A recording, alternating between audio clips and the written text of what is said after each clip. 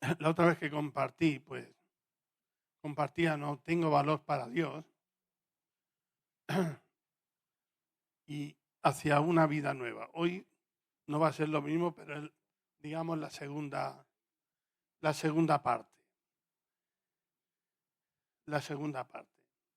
Tengo valor para Dios. Y es muy importante, ¿no? De que nosotros nos consideremos que tenemos valor para Dios, ¿no? ¿Cuántos de aquí nos hemos rechazado antes de conocer al Señor?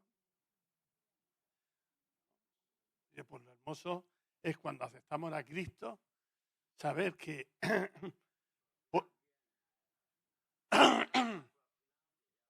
exactamente.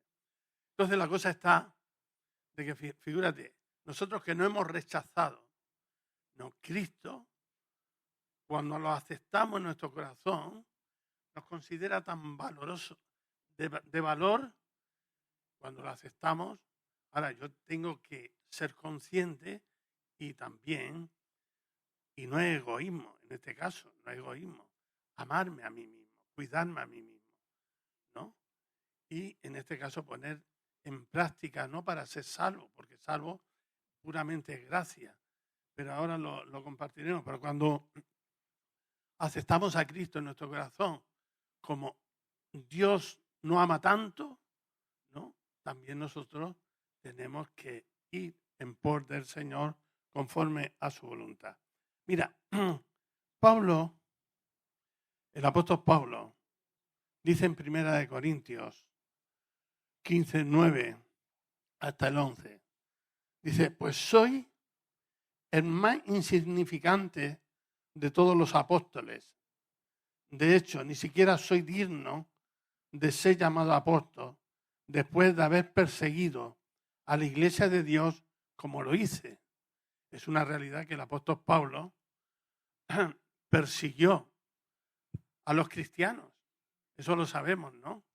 Date cuenta que este hombre tuvo que, cuando él recibió la revelación de Cristo, que perdonase a sí mismo. Si no se fuera a perdonar a sí mismo, ¿no entiendes? Pues prácticamente lo que Cristo hizo en la cruz, pues no fuera válido para nada. Entonces eso es una semejanza, ¿no?, a lo que nosotros también, como humanos, como pecadores, como todo lo que hemos sido, cuando tenemos ese encuentro con el Señor, ¿no?, entonces nosotros tenemos que perdonarnos a nosotros mismos cuando hemos aceptado el perdón. Y al mismo tiempo, como me dijeron a mí cuando recibí a Cristo, dice, ahora tú tienes que perdonar a aquellos que te han hecho mal. ¿Entiendes? Oye, qué cosa. Yo, claro, al principio no entendía. Digo, ¿esto qué es? ¿Esto una trampa o qué? ¿Yo cómo voy a perdonar que me ha hecho mal? Gracias a esa revelación. Gracias, ¿no?, que esa revelación, y lo puse en práctica. Amén. Dice así. Sin embargo, fíjate, Pablo dice, sin embargo, lo que ahora soy, todo se debe a que Dios derramó su favor especial sobre mí.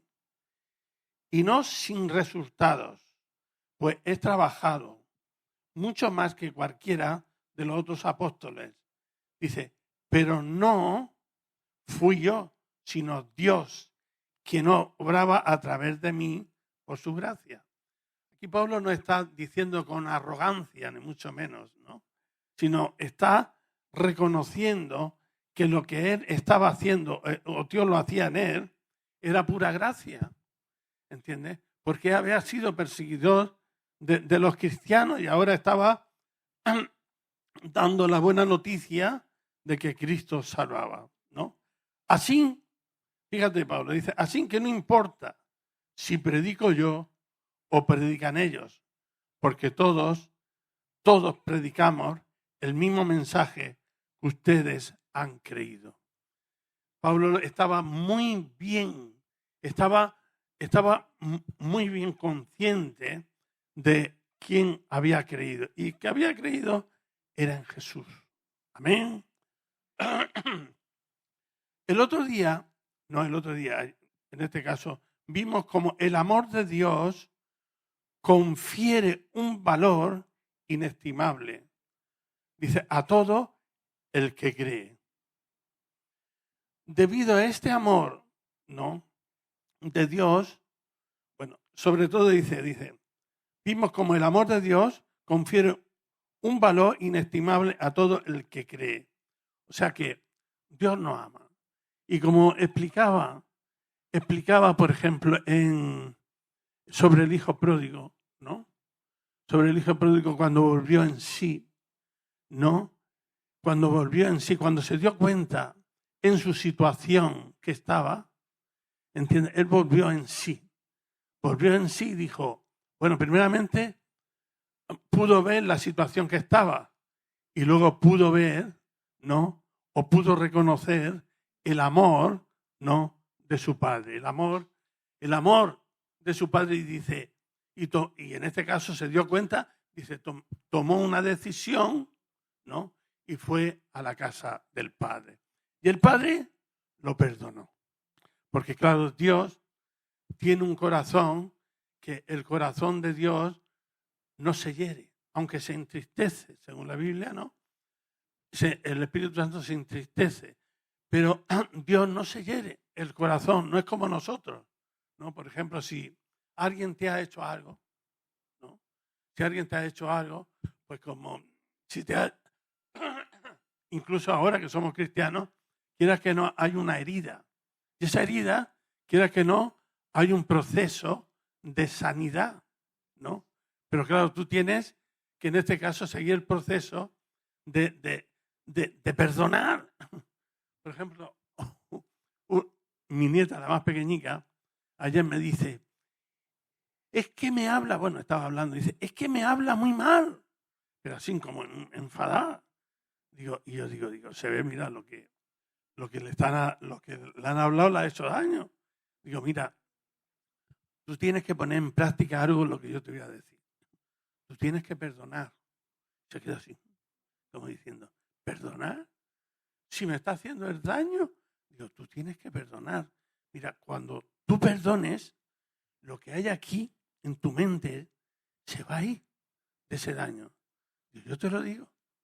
Digo, tú tienes que tomar la decisión de perdonar. Entonces, la cosa está ahí, ¿no?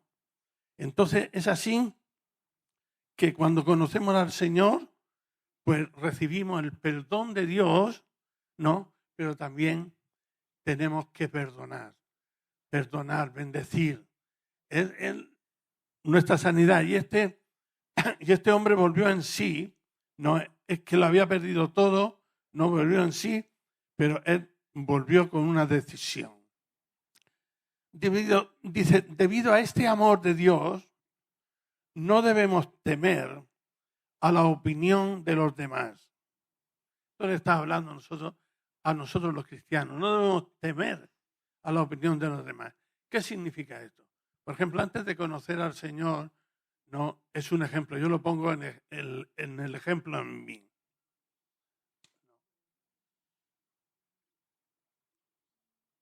Antes de conocer al Señor, pues yo estaba mucho sensible a la opinión de los demás. ¿Entiendes? Es más, fíjate, estaba sensible a la opinión de los demás, que cuando llegaba el verano, no me gustaba el verano, como he dicho muchas veces, porque duraba más el día. Y entonces ocurre, debido a mi problema, debido al rechazo, me costaba ir por la calle, ¿no?, por la opinión de los demás. ¿Entiendes? O sea, por la opinión de los demás. Y entonces aquí, no, la salvación dice, cuando recibimos la salvación, dice, podemos levantarnos, volver a empezar. Dice, la opinión de los demás. Tampoco debemos desesperarnos a causa de nuestros fracasos. No sé si alguien de aquí ha tenido o ha fracasado, ¿no? Entonces, en Cristo, si tú has fracasado, dice, todos podemos, dice, a causa de nuestros fracasos, dice, tampoco debemos desesperarnos a causa de nuestros fracasos. Dice, podemos levantarnos, poder volver a empezar, porque Dios es fiel. Como Dios nos amó primero, no es necesario tratar de ganar el amor por medio de acciones religiosas o buenas obras. Dice que Dios nos amó primero, ¿no? Entonces, en realidad, para ganar el amor de Dios, ¿no? No sé si me entendéis. Ya no vamos a hacer para ganar el amor de Dios buenas obras y acciones religiosas. No, ahora lo veremos. Es una realidad que cuando eres cristiano no es simplemente decir, bueno, he aceptado a Cristo, ¿no? He aceptado a Cristo, ya llega a la meta. Aceptar a Cristo es un principio para un caminar, por supuesto. Si tiene un coche, un ejemplo, ¿no? que me viene a la mente, si tiene un coche, ¿no? El coche es estupendo, ¿no? Pero para que ande el coche, tú tienes que echarle gasoil o gasolina. Entonces, lo que hace andar el coche, ¿no? Lo que hace kilómetros, no es el coche, pero es con la gasolina, es un complemento, ¿no? Entonces, es una realidad que dice Dios es fiel. Como Dios nos amó primero, no es necesario tratar de ganar su amor por medio de acciones religiosas o buenas obras. Tenemos una salvación gratuita solo por gracia. Pero claro, no simplemente se encierra a decir, bueno, soy salvo, ¿no? Incluso vengo a la iglesia, puedes venir, pero por supuesto que la gasolina tienes que tener una relación con el Espíritu Santo, venir a la iglesia, no a congregarnos, porque la Biblia dice no dejarnos de congregarnos, y así sucesivamente a ir creciendo. Pero no haces cosas, por supuesto, para ser salvos, porque ya somos salvos a través de la gracia, ¿entiendes? Yo en este caso, yo recuerdo, bueno, empecemos nosotros muy, muy jovencicos, que cuando recibimos a Cristo, ¿no? Pero queríamos hacer muchas cosas para ser salvos. No habíamos entendido que éramos salvos, ¿entiendes? Y ahí es donde está la línea tan fina que nos podemos volver religiosos, ¿no? Religiosos. Entonces es así. Dice, por medio de acción religiosa o buenas obras. Tenemos una salvación gratuita, dice, solo por gracia. Ahora, en Efesios 2, capítulo 2, versículo 8, 9 y 10. Vamos, 8. Dice así, mira, Dios nos salvó por su gracia. Cuando creyeron, ustedes no tienen ningún mérito en eso. Es un regalo de Dios. Es un regalo de Dios. Pablo, como he dicho, no, a veces, si tú has hecho muchas cosas malas cuando tú no estabas en Cristo, a veces el creer esto es pura gracia, es un milagro, ¿no? Somos salvos a través de su gracia, ¿no? Entonces dice el 9, fíjate. La salvación no es un premio por las cosas buenas que hayamos hecho. Así que ninguno de nosotros puede jactarse de ser salvo, ¿no?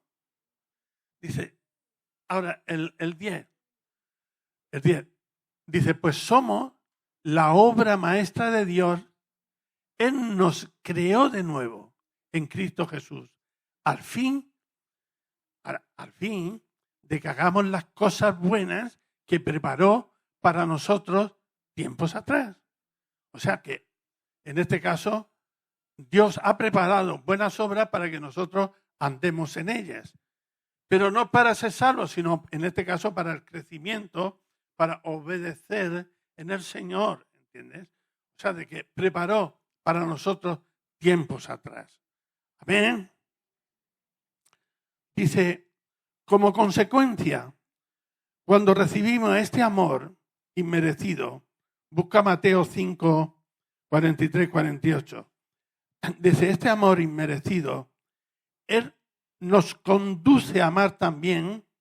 Dice, nos conduce a amar también. Amamos a Dios y a nuestro prójimo.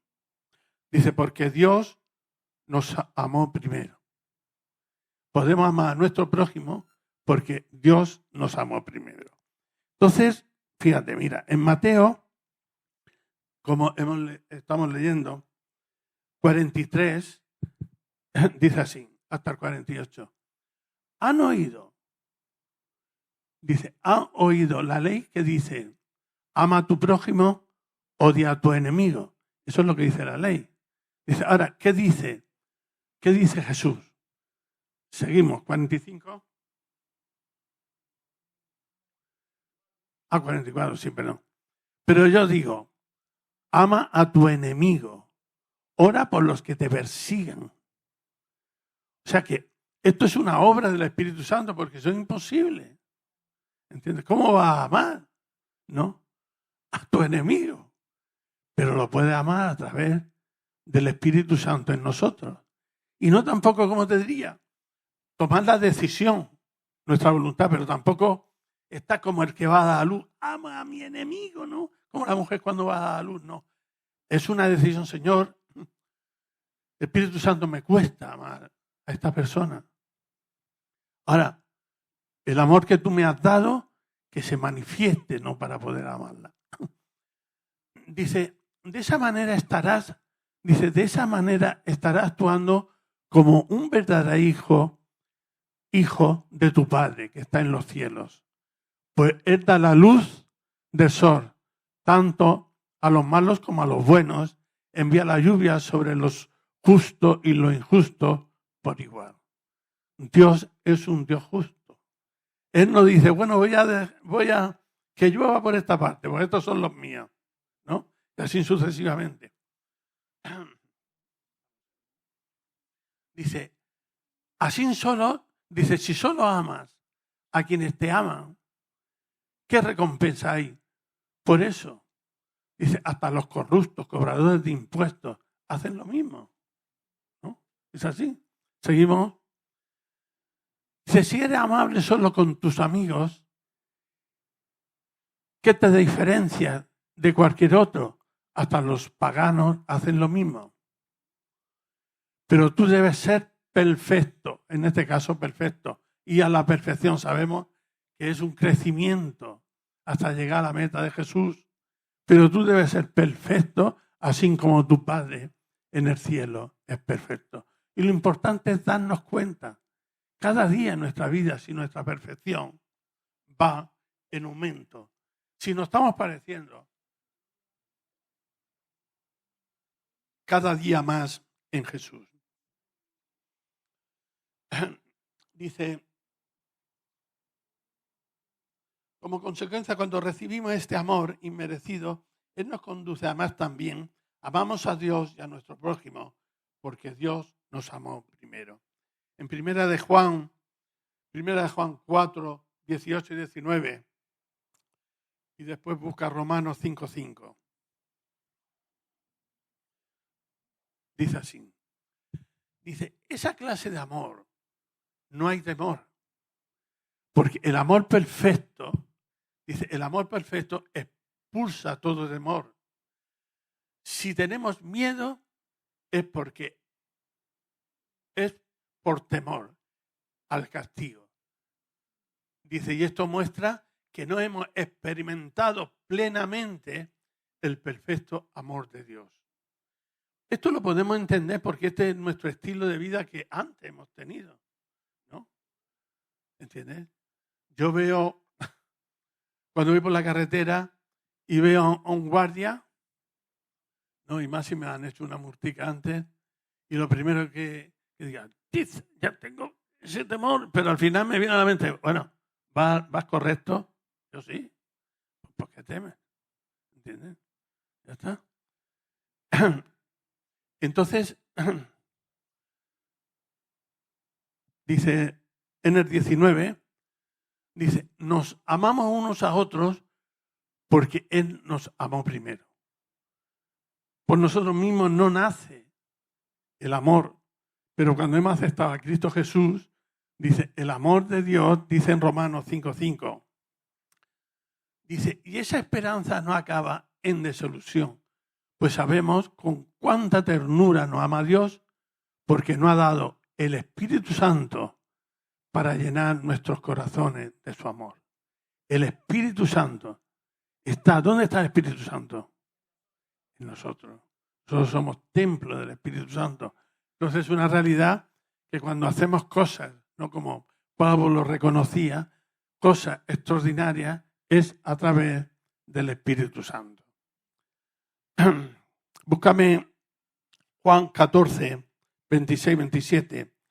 Dice, así la gracia de Dios nos anima y nos da una nueva vida. Gracias a ella podemos superar nuestros miedos. Y es aquí donde yo me paro un poco a pensar y decir, superar nuestros miedos. Y en este caso, como estamos hablando, el hijo pródigo volvió en sí. Pero yo necesito diariamente volver en sí. Si yo tengo, por ejemplo, miedo, hay miedos naturales, ¿no? Natural. Pero hay miedo sobrenatural, ¿no? En este caso, si yo tengo miedos, por ejemplo, esto aplicarlo al día a día, ¿no? Dice, da una nueva vida, gracias a ella podemos superar nuestros miedos. Dice, experimentar la verdadera libertad, ser libre de la obsesión por demostrar lo que valemos. ¿Entiendes? Lo que valemos. De la angustia, pues no está a la altura de esas competencias que nos obligan sin cesar a superarnos. Dice, creer en Dios es dejarse invadir por la acción de la gracia. Él dice así, creer en Dios es dejarse invadir por la acción de la gracia. No simplemente decir, bueno, yo sé que Dios existe, pero experimentar el Espíritu Santo en nosotros. Pero experimentar, como yo he dicho, volver en sí. Dice, gracias a ella podemos superar nuestros miedos, experimentar la verdadera libertad. Ser libres de la obsesión por demostrar lo que valemos. Por ejemplo, esto está oye, demostrar lo que valemos sí, pero obsesión por demostrarlo es una esclavitud. Esa obsesión por demostrar lo que valemos. Yo esto lo comparo, por ejemplo, hay que ser ordenado, hay que ser ordenado, hay que hacer todo lo bien para todos y para todos. Ahora, por ejemplo, hay personas que tienen obsesión.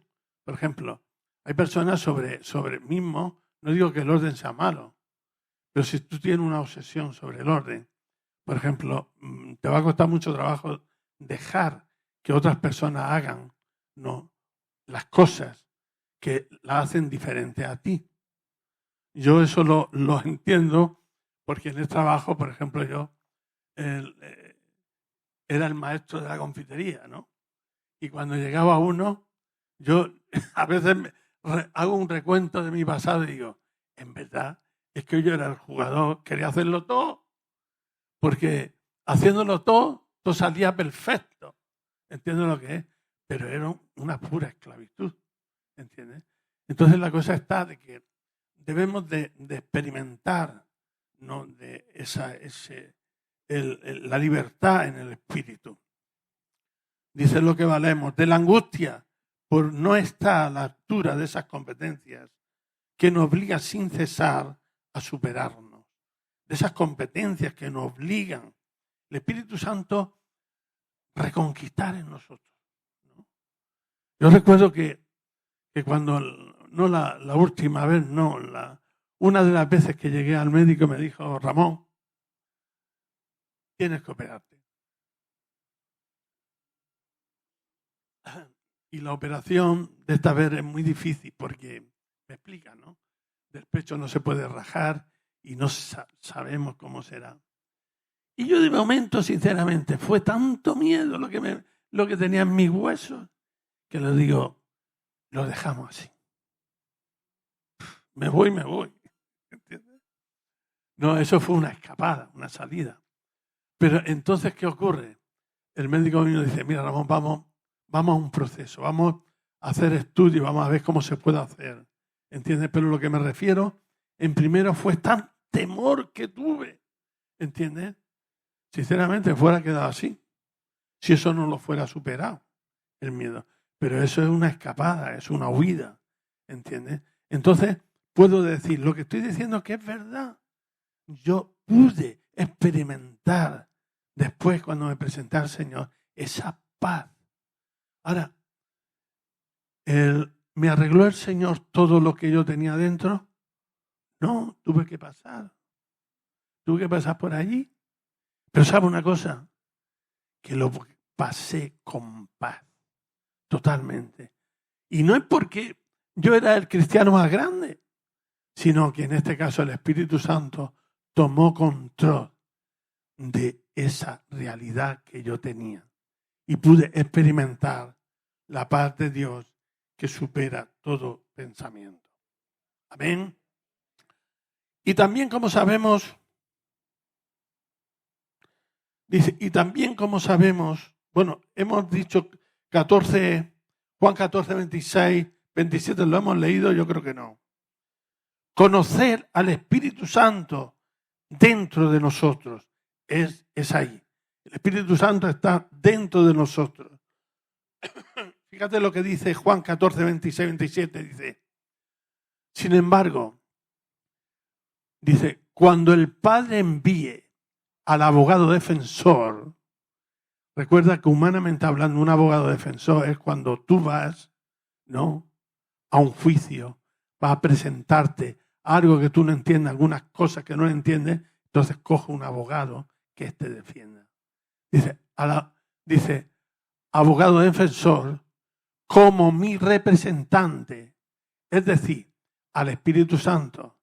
Él le enseñará todo y le recordará cada cosa que le he dicho. Seguimos al 28.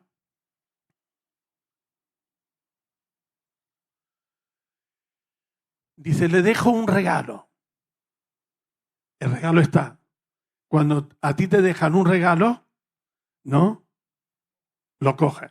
Pero a lo mejor por circunstancias no lo coges. Y si no lo coges, pues el regalo no lo va a disfrutar. ¿Entiendes? Es así. Quizás que siga, el que te lo ha regalado seguirá queriendo de lo mismo, ¿no? Y en este caso, Dios, pues, hemos dicho que podemos apagar el Espíritu Santo, pero el corazón de Dios no se apaga, porque Dios es amor. Pero claro, Él sí, cuando nosotros tomamos la decisión de creer en Él y de coger ese regalo, en este caso para bien nuestro, dice, les dejo un regalo, paz en la mente y en el corazón. Yo puedo decir que este versículo, esta palabra, se hizo carne en mi vida, ¿no? Y cuando yo me veo entre la espada y la pared, ¿no?, recuerdo este versículo. Ahora recuerdo, tú, Señor, me dijiste un día, yo voy y lo leo. Digo, Señor, esto es una realidad. Yo cojo tu regalo. Dice, paz en la mente y en el corazón. La paz que yo doy es un regalo que el mundo no puede dar. Así, que no se angustien ni tengan miedo. No se angustien, ¿no? Que hay angustias en la vida. Como cada uno pasa por circunstancias, ¿no?, desesperantes. ¿Entiendes? Y esto es el volver en sí, yo lo llamo el volver en sí para nosotros los cristianos. ¿Entiendes? Para nosotros. Dice, no se angustien ni tengan miedo. El miedo, no sé si has sentido tú un miedo natural, ¿no?, pero un miedo que viene del mismo infierno. ¿Entiendes? Y eso es miedo. Entonces, cuando tú conoces, ¿no?, la paz del Espíritu Santo, buscas al Espíritu Santo totalmente. Amén. Entonces, el volver en sí. Es ahí la cosa. Dice, y también, como sabemos que somos amados, podemos agradecer, alabar a Dios por su gracia derramada en nosotros, especial en nosotros, en especial cuando celebramos la reunión o el culto. Evidentemente nunca devolveremos en la medida que hemos recibido, pero cada vez estaremos más agradecidos con Dios que nos conduce y nos acompaña en el camino de la vida. Cuando venimos y nos reunimos y alabamos al Señor, ¿no? Él se derrama o se debe derramar nuestro corazón con agradecimiento en la fiesta, porque claro, no lo vemos, espiritualmente no lo vemos, pero dice que hay gozo en el cielo. Entonces nosotros participamos también de ese gozo, ¿entiendes? De ese gozo, pero y a veces es una realidad que viene a nuestra mente, no sé si te has pasado, ¿no? De que vienen pensamientos de el frigorífico, esto, lo otro, ¿qué va a hacer mañana de comer? Todas estas cosas. Y es del mismo enemigo. Es del mismo enemigo. Entonces nosotros con autoridad en Cristo podemos decir, bueno, espérate un momentico, ahora estoy alabando al Señor, ¿no?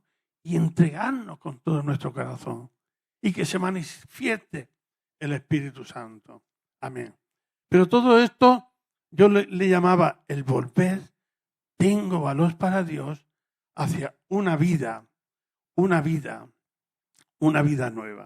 Fíjate, mira, Saúl, el rey Saúl, ¿no? En Primera de Samuel, 13:10, Primera de Samuel 13, versículo 10,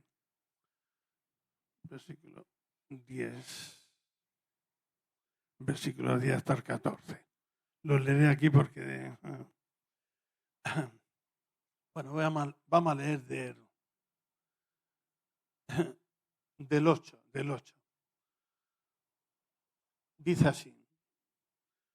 Durante 7 días, en la desobediencia de Saúl y el reproche de Samuel, mientras tanto Saúl se quedó en Gilgal, sus hombres temblaban de miedo. Dice, durante 7 días Saúl esperó allí según las instrucciones de Samuel. Pero aún así Samuel no llegaba.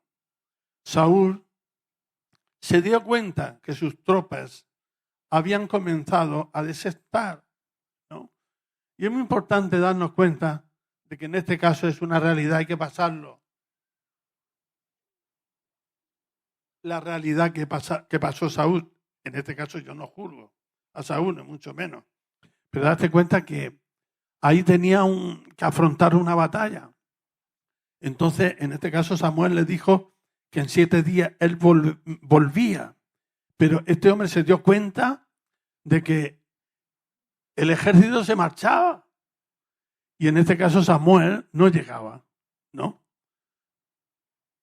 Dice, entonces Saúl dice, de modo que ordenó, tráigame la ofrenda quemada y la ofrenda de paz, y Saúl mismo sacrificó la ofrenda quemada, que no podía hacerlo él. ¿Pero por qué? Porque tuvo miedo, ¿no? Y en realidad estaba más en el ejército, ¿no? Que en el mismo Dios. Y a veces hay circunstancias que nos pasan, ¿no?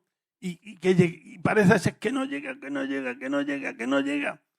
Y es la fe la que en nuestro corazón tenemos que experimentar. Pero vuelvo a decir, yo no juzgo ni mucho menos lo que este hombre hizo, pero de modo que ordenó, tráigame la ofrenda quemada en el 9 y la ofrenda de paz. Y Saúl mismo sacrificó la ofrenda quemada. Precisamente cuando Saúl terminaba de sacrificar la ofrenda quemada, llegó Samuel y Saúl salió a recibirlo. Pero Samuel preguntó, ¿qué has hecho? Saúl le contestó, vi que mis hombres me abandonaban y que tú no llegabas. cuando prometiste, dice, cuando prometiste, y que los filisteos ya estaban en mi paz, listos para la batalla. Entonces, en realidad, en este caso, Saúl se justificó, ¿entiendes? Se justificó, no reconoció, ¿no?, lo que había en su corazón, ¿entiendes? Y en realidad, yo a mi entender creo que Samuel llegó en el último día, ¿entiendes? Si fuera a esperar un poco más Saúl, pues Samuel podía haber hecho la ofrenda quemada y todo lo que tenía que hacer. Pero Samuel preguntó, ¿qué ha hecho Saúl? Le contestó, vi que mis hombres me abandonaban y que tú no llegabas cuando prometiste y que los filisteos ya estaban mi paz listos para la batalla. Así que dije, los filisteos están listos para marchar contra nosotros en Gilgal. Dice, y yo ni siquiera he pedido ayuda al Señor, de manera que me vi obligado a ofrecer yo mismo la ofrenda quemada antes de que tú llegaras. Entonces Samuel, en este caso, dice, ¡qué tontería!, exclamó Samuel. No obedeciste al mandato que te dio el Señor tu Dios. Si lo hubiera obedecido, el Señor había establecido tu reino, dice, sobre Israel para siempre. Pero ahora tu reino, dice, tu reino tiene que terminar porque el Señor ha buscado a un hombre conforme a su propio corazón.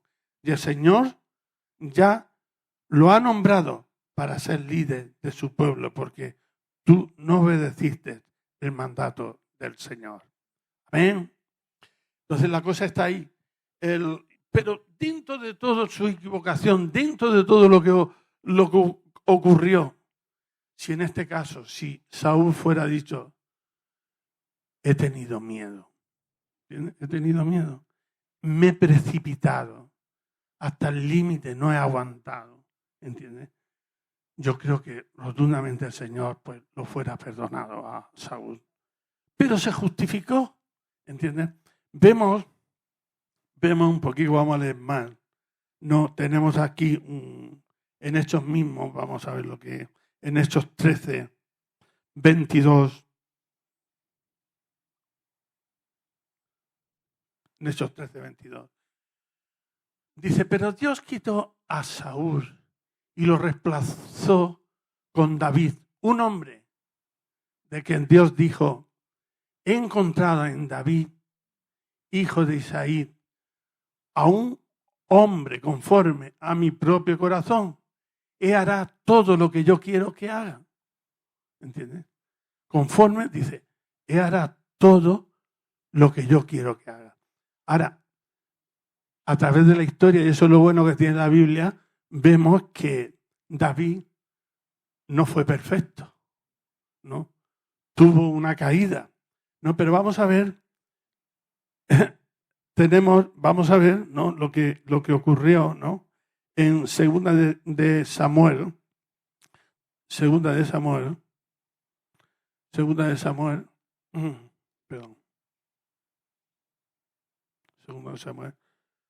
de Samuel 12, 12:1.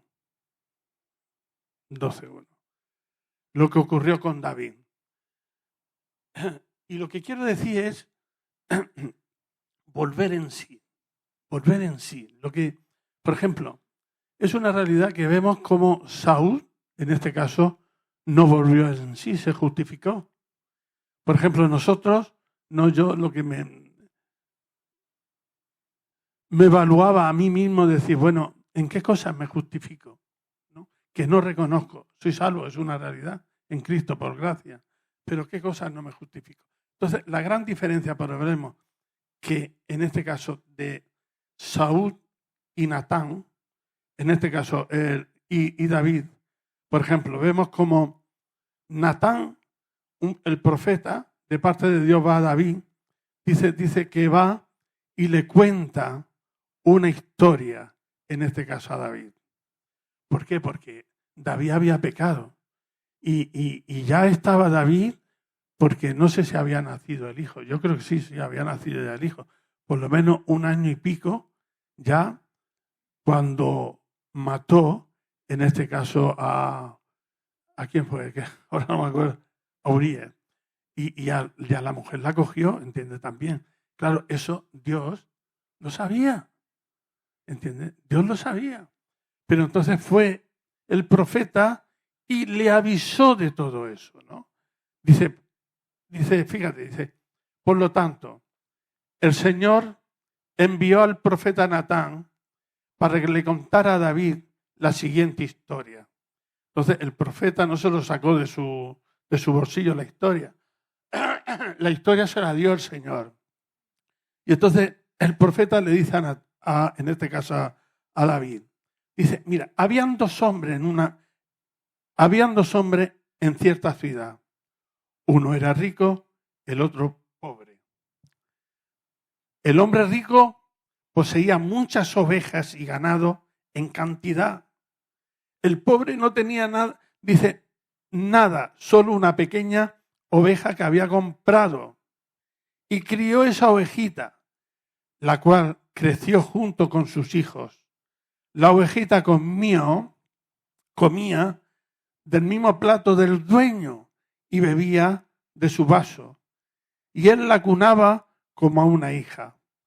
Cierto día llegó una visita a la casa del hombre rico, pero en lugar de matar un animal de su propio rebaño o de su propia manada, tomó la ovejita del hombre pobre y la mató y la preparó para su invitado. Entonces David se puso furioso, tan cierto como el Señor vive, juró, que cualquier hombre que haga semejante cosa merece la muerte, ¿no? Estaba profetizando, ¿no? Debe reparar el daño dándole al hombre pobre 4 ovejas por la que robó por no haber tenido compasión, conforme a la ley, ¿no? ¿Entiendes? Por no haber tenido compasión. Entonces Natán le dijo a David, tú eres ese hombre. El Señor Dios de Israel dice, yo te ungí, rey de Israel, te libré del poder de Saúl, te di la casa de tu amo, sus esposas y los reinos de Israel y Judá. Y si eso hubiera sido, dice, si eso hubiera sido suficiente, te habría dado mucho más, mucho más. ¿Por qué entonces despreciaste la palabra del Señor? Hiciste este acto tan horrible, pues mataste a Urías, el hitita, con la espada de los amonitas y le robaste a su esposa. De ahora en adelante, tu familia vivirá por la espada, porque me has despreciado al tomar la esposa de Urías para que sea tu mujer. Esto dice el Señor, por lo que has hecho ahora que tu propia familia, dice, lo que has hecho, haré que tu propia familia se rebele en tu contra, ante tus propios ojos. Daré tus mujeres a otro hombre y él se acostará con ellas a la vista de todos. Y esto es una realidad, esto ocurrió, se reveló, esto fue profético, no Absalón, no, todo eso en este caso, David no, pues lo sufrió y lo experimentó, en este caso, en vida. Dice, se acostará con ellas a la vista de todos. Dice, tú lo hiciste en secreto, pero yo haré que esto suceda abiertamente a la vista de todos en Israel. Dice, entonces David, la gran diferencia entre Saúl y David, pero yo aquí me pongo, y en este caso yo, por ejemplo, yo, no, en lo que el Señor me está hablando diariamente, estoy volviendo en sí, o estoy haciendo como en este caso, como Saúl. David podría haber dicho, mira Señor, es que yo no tuve la culpa, porque yo me subí a mi terraza Y ahí estaba esa mujer y estaba desnuda. Y era tan hermosa, ¿no? ¿Entiendes? Y esto no pasó un día solo. Se ve que fue, ¿no?, una reconquista, ¿no?, visual de varios días. Pero date cuenta que David no se justificó, sino que entonces David confesó a Natán: he pecado contra el Señor. Natán respondió: pero el Señor te ha perdonado.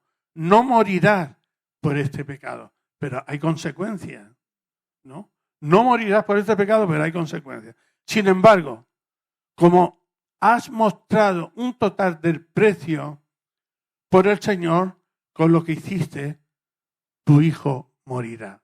Aquel fruto con Besabet que nació un niño, dice, morirá.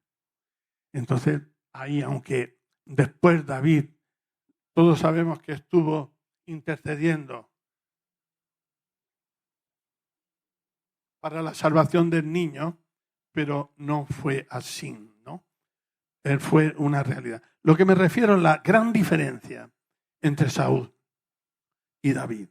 David reconoció, no su falta, reconoció su pecado, ¿entiendes? Su pecado y también, oye. Y entonces una muestra, vuelvo a decir, por lo menos en este caso para mi vida, diariamente, ¿no? Dice, y en cosas no es que, ¿cómo te diría? No vamos, así no vamos, como te diría, los hombres no se van a casa de prostitución hoy en día, y es más, yo creo que ya no existe eso, hay otras cosas, no hay todo eso, y así las mujeres otras cosas. Pero lo que a mí me daba es, no debemos, por ejemplo, personalmente, no debemos temer a la opinión de los demás. No, que mi vida no sea dirigida por la opinión de los demás. El por qué dirán. Por ejemplo, yo me traigo la Biblia. Mi mujer ahora la tiene en el bolso y la trae en el bolso.